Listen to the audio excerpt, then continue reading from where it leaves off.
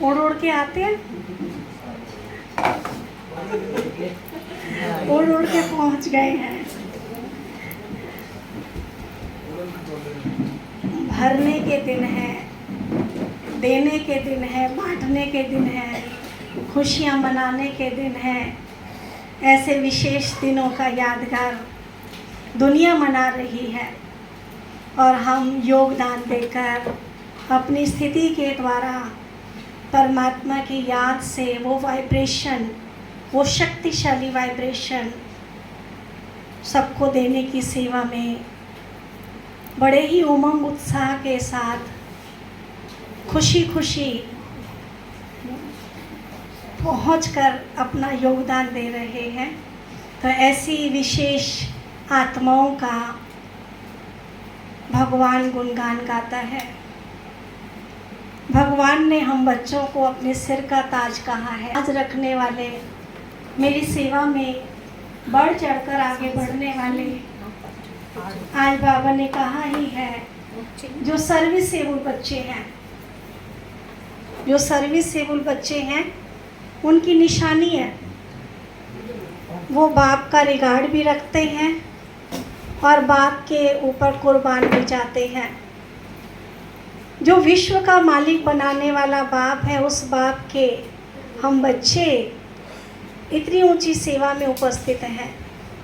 नशा रहता है ना, इसलिए रोज़ अपने स्वरूप का नशा चढ़ाया जाता है। स्वमान हमें सम्मान दिलाता है। आज जो हमारी ये पूजा हो रही है मंदिरों में, देवियों के रूप में, देवताओं के रूप में, वो इसीलिए हो रही है क्योंकि इस समय हम सब ने उस स्वमान को धारण किया है। पूरा 1-1.5 घंटा उस स्वमान की लड़ी झड़ी हमारे ऊपर है, शब्दों के रूप में आती है। इसलिए कहते हैं विचारों में ताकत है, बोल में नहीं। जब हमारे ऐसे विचार बन जाते हैं तो हमारे में वो ताकत बढ़ती जाती है। विचारों में ताकत है, बोल में नहीं। फसल बारिश के पानी से होती है, बाढ़ से नहीं। तो इसी प्रकार से जब हम सोच लेते हैं कि हमारे विचार, हमारा व्यवहार और हमारी सबकी, एक जने की नहीं, सबकी संगठन की शक्ति जब ये कार्य करती है तो विश्व परिवर्तन का कार्य भगवान के साथ सहज हो जाता है। अकेले तो कोई कुछ नहीं कर सकता। एक उंगली लड्डू नहीं बना सकते। बना सकते हैं कि उंगली लड्डू है? सर्व के सहयोग से। एक शक्ति के अंदर 8 भुजाएं दिखाई हैं। एक शक्ति के अंदर 8 भुजाएं, तो वो एक शक्ति सिर्फ एक शक्ति नहीं है। एक शक्ति में कितनी शक्तियाँ भरी हुई हैं? 8 शक्तियाँ जो बाबा ने सब समेट के 8 में दी हैं।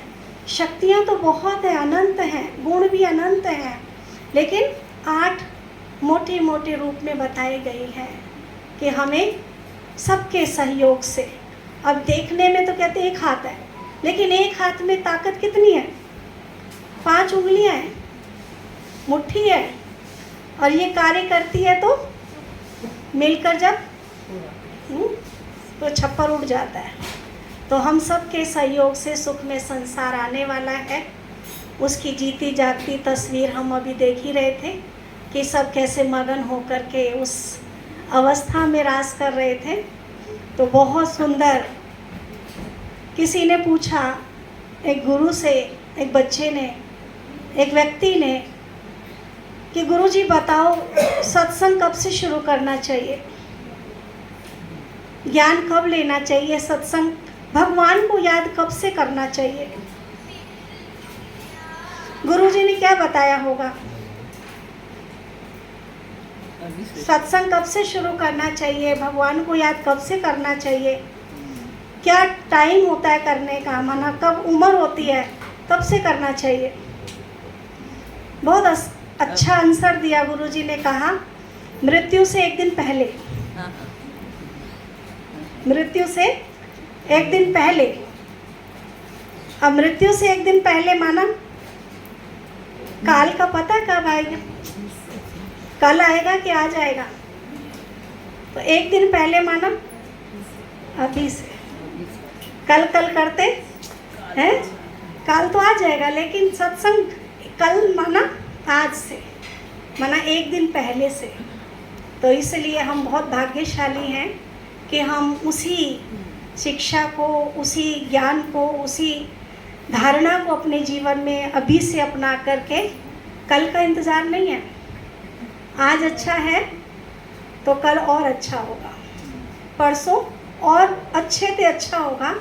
तो इसलिए आज छठा दिन है नवरात्रों का, और छठे दिन जो पूजा करते हैं कात्यायनी देवी का, तो वो भी एक सिंबॉलिक, यानी कि जब हम आत्माएं अपने संपूर्ण स्वरूप में आती हैं और अपने संपूर्ण स्वरूप में अपनी ही रचना की हम पालना करने के निमित्त बन जाती हैं। तो पालना किसकी करें? अपनी रचना की।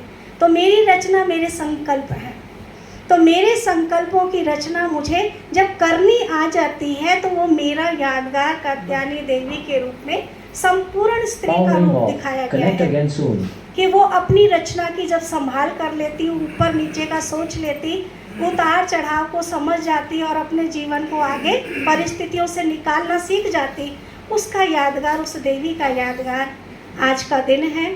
तो हम सभी हैं बाबा के बच्चे, सीख गए ना अपनी संकल्प शक्ति की रचना को, और अपनी रचना को कैसे हमें श्रेष्ठ बनाना है।